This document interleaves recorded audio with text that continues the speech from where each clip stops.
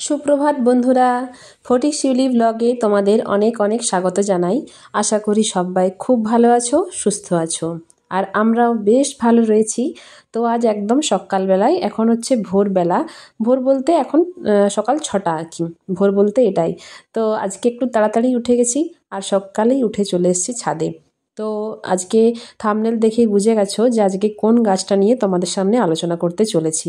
হ্যাঁ, ঠিকই ধরেছো, আজকে হচ্ছে বোগেনভিলিয়া, বা যেটাকে আমরা বাংলায় বলে থাকি কাগজ ফুল বা বাগান বিলাস, যে যেরকমভাবেই ডাকো না কেন, এই বোগেনভিলিয়ার নিয়েই আজকে পরিচর্যা কিভাবে করব, কিভাবে এর প্রুনিং করব, সেই সমস্ত কিছু বিস্তারিত আজকে থাকছে আলোচনায়। তো সঙ্গে থেকো বন্ধুরা, আশা করব তোমাদের অনেক উপকার লাগবে। আর যারা নতুন ছাদ বাগানি আছো তাদের ক্ষেত্রে বলছি, তারা বুঝতে পারছো না যে কোনখানটাতে কি করতে হবে, তাদের উদ্দেশ্যেই আজকের আমার এই পুরো ভিডিওটা। আশা করি সবার খুব ভালো লাগবে অন্যান্য দিনের মতো। তো পুরো ভিডিওটা স্কিপ না করে দেখতে থাকো। তো চলো ভিডিওটা শুরু করি। প্রথমেই এই বর্ষাকাল মানেই তো হচ্ছে আগাছাদের বৃদ্ধি পেয়ে যাওয়া। তো সেটাকে আমি কি করলাম, হাতে করে ভালো করে আগাছাগুলো পরিষ্কার করে দিলাম। আর এই বিগত কয়েকদিন ধরে বৃষ্টি হচ্ছে বলে টবগুলোতেও বেশ ধুলোবালি জন্মে গেছে। তো সেগুলোকেও ভালো করে পরিষ্কার করে দিই। তো আমার কাছে এই দু রকমের বাগান বিলাস গাছ রয়েছে। এটার একটার কালারটা মানে এখনও ফুল ফোটেনি, এটা কিছুদিন আগেই মানে এক দু মাস আগে আমি প্রতিস্থাপন করেছি, যেটা সাইডে রয়েছে, রাইট সাইডে। আর এটার থেকে আমি বরাবরই ফুল পেয়েছি। এটা প্রায় আমার 1 থেকে 1.5 বছর আগেকার গাছ। যদিও এটাকে আমার ওই প্রুনিং করে করেই ছোট করা আছে।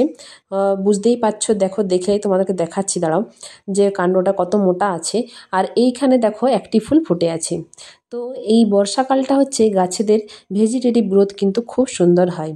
ভেজিটেটিভ গ্রোথ বলতে শাখা প্রশাখা, ডালপালা, এই গাছের গ্রোথ, এই সবগুলো বর্ষাকালে কিন্তু খুব ভালো বৃদ্ধি পায়। বর্ষাকালে ফুল হয় না বললেই চলে, হয়তো একটা আধটা ফুলের দেখা মেলে, যেমন এই গাছটাতে আমার একটি ফুল ফুটে আছে।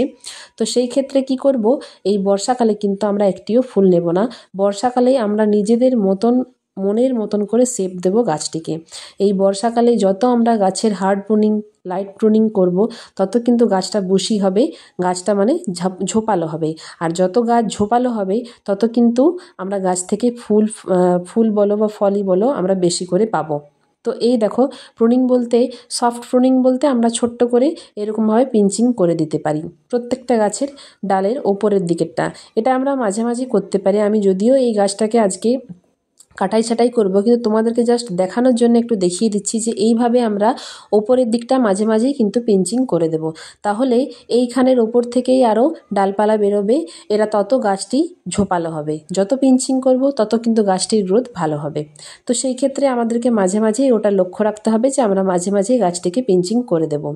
আর এইখানে এরপর প্রুনিংটি আমি শুরু করছি। দেখো, প্রত্যেকটি ডাল আমি এইভাবে কাটাই ছাঁটাই করব।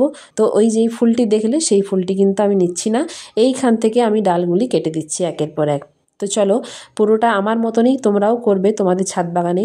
আজকে এই মানে বর্ষাকালের সময়, বর্ষাকালে যেহেতু বললামই যে সব গাছের ভেজিটেটিভ গ্রোথ খুব সুন্দর হয়, ঠিক সেরকমই বোগেনভিলিয়ারও কিন্তু ভেজিটেটিভ গ্রোথ খুব সুন্দর হয়।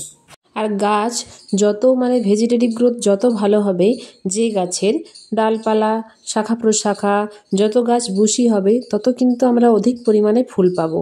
আর এই বোগেনভিলিয়ার থেকে ফুল পাওয়ার মানে ওই অক্টোবরের শেষ থেকে কিংবা নভেম্বরের প্রথম দিক থেকে কিন্তু আমরা খুব ভালো ফুল পাবো। তো যত আমরা এখন এই গাছটি হচ্ছে বর্ষাকালের সময় যত গাছটিকে ঝোপালো করতে পারবো, তত কিন্তু আমরা শীতকালের দিকটাতে বেশি করে ফুল পাবো, একদম গাছ ভর্তি করে ফুল পাবো। তো এই বোগেনভিলিয়াটা আমি এই নিচের থেকে 3-4 ইঞ্চি ছেড়ে পরে আমি গাছটিকে ঝোপালো করতে চাইছি। তো সেইভাবেই মানে তোমরা যেরকম শেপ দিতে চাও তোমাদের পছন্দ মতো তোমরা সেরকমভাবেই কাটাই ছাঁটাই করো। আর এই রকম টাইমেই মানে এই বর্ষাকালের সময়ই কাটাই ছাঁটাই যত করবে তত গাছ বেশি ঝোপালো হবে। তো সেই ক্ষেত্রে মোক্ষম সময় কিন্তু হচ্ছে এই বর্ষাকাল। যদিও এটা আর কিছুদিন আগের থেকে করলে হয়তো বেশি ভালো হতো। তো যাই হোক, ভাবছিলাম কবে থেকে যে এর প্রুনিংটা করব, কিন্তু যাই হোক সময় হয়ে উঠছিল না, আর থাকিও নি এতদিন। তো সেই কারণেই আজকে সময় হলো, তো ভাবলাম যে আজকেই করে দিই। তো আমি বোগেনভিলিয়ার যে এই ডালগুলি কাটছি, তো এই ডালগুলির থেকে আমি কিভাবে আরও নতুন চারা বের করব, মানে কিভাবে এগুলোকে আরও প্রতিস্থাপন করে দেবো, সেই সংক্রান্ত ভিডিও কিন্তু আমি নিয়ে আসছি খুব তাড়াতাড়ি। কারণ আজকে যদি এটার সাথে আমি ভিডিওটা দিয়ে দিই তাহলে এই ভিডিওটা অনেক বড় হয়ে যাবে। আর তোমরা সেটি ধৈর্য সহকারে দেখবেও না। তো সেই জন্যই ওইটার ভিডিও আমি পরে নিয়ে আসছি। তো দেখো এইখান থেকেই এই ওপরের ডালপালাগুলির থেকে যেরকম ছোট্ট ছোট্ট পাতা বেরোয় সেইখানটি আমি পিঞ্চিং করে দেবো। ওটা কিন্তু আমাকে প্রায় মানে কিছুদিন ছাড়া ছাড়াই কিন্তু আমার করতে হবে, তাহলেই দেখবে ঠিক ওইখান থেকেই আরও শাখা প্রশাখা বেরিয়ে আসছে। তো দেখো এই গাছটির কিন্তু কাণ্ডটি বেশ মোটা হয়েছে, মানে প্রথমে যখন আমি এনেছিলাম কিচ্ছু ছিল না গাছটার, একদম জাস্ট একটা ছোট্ট ডাল। তো সেই ক্ষেত্রে আজকে কিন্তু খুব ভালো হয়ে উঠেছে। আর এরপর এদেরকে কিন্তু আমি খাবার দেব, কারণ এই গাছটি আমি এখন ডালপালা কেটে দিলাম, তো এই গাছটির আজকে একটু খাবারের প্রয়োজন আছে।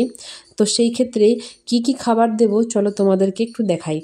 কিচ্ছু না, সেরকম কোনো কিছু খাবারের প্রয়োজন হয় না, জাস্ট আমি ওই একটু মিক্স সার যেগুলো হয় সেই মিক্সড সারটাই আমি দেব। তো তার আগে এই গাছটিকে আমি একটু প্রুনিংটা করে দিই। তো আজকে আমি যেটা করছি একদম পুরো হার্ড প্রুনিং করছি, কারণ এই গাছটিরও একদম হার্ড প্রুনিং খুব দরকার, কারণ এই গাছটি বেড়ে গেছে চারিদিকে খুব, কিন্তু মানে চারিদিকে ডালটি ছড়িয়ে আছে কিন্তু গাছটি বুশি হয়নি।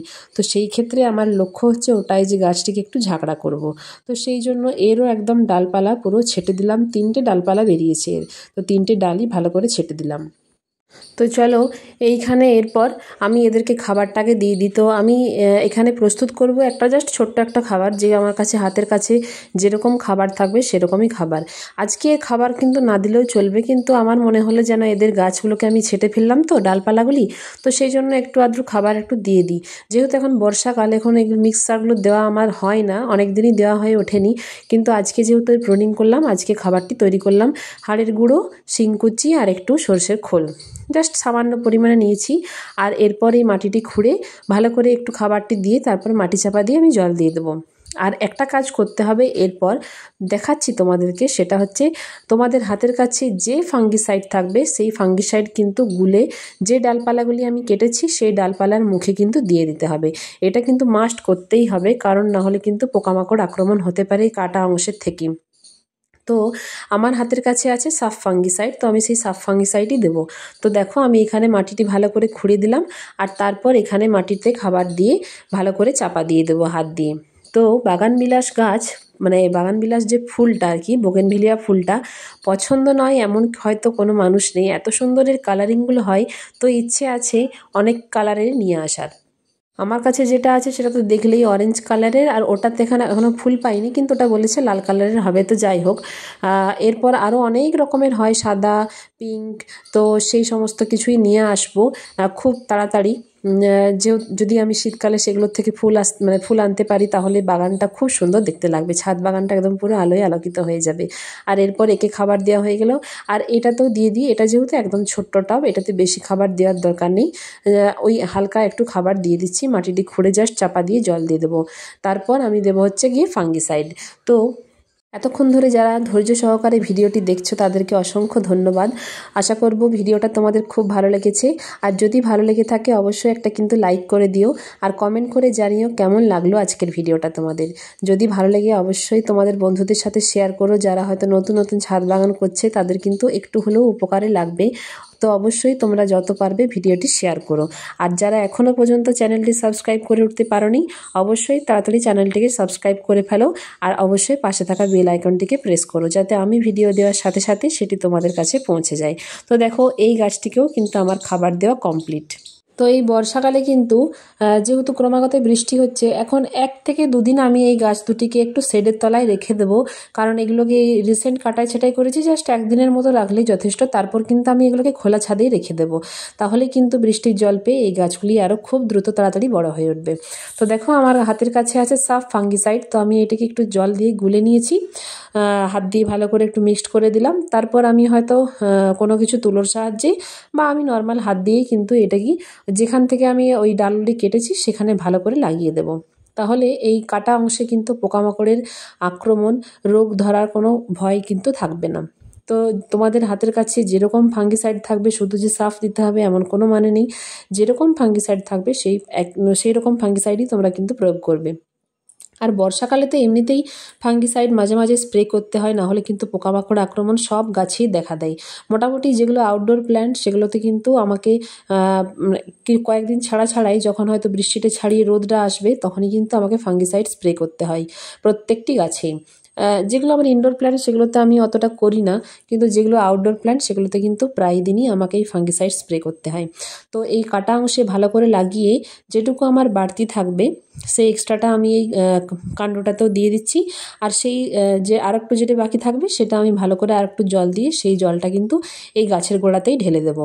তাহলে কিন্তু এই মাটিটিও আমার রোগ পোকার আক্রমণ থেকে অনেকটাই সুস্থ থাকবে আর কি। তো এখানে একটু একটু জল দিয়ে দিলাম, ফাঙ্গিসাইডের জলটা, আর এরপর ভালো করে প্লেন জল কিন্তু আরও দিয়ে দেবো। তো এই ছিল আজকের বর্ষাকালে কেন আমরা বাগানবিলাস গাছের প্রুনিং করব, কিভাবে করব, সমস্ত কিছু তোমাদের সাথে শেয়ার করলাম। আশা করি তোমরা বুঝতে পেরে গেছো, তোমাদের একটু হলেও উপকারে লাগবে।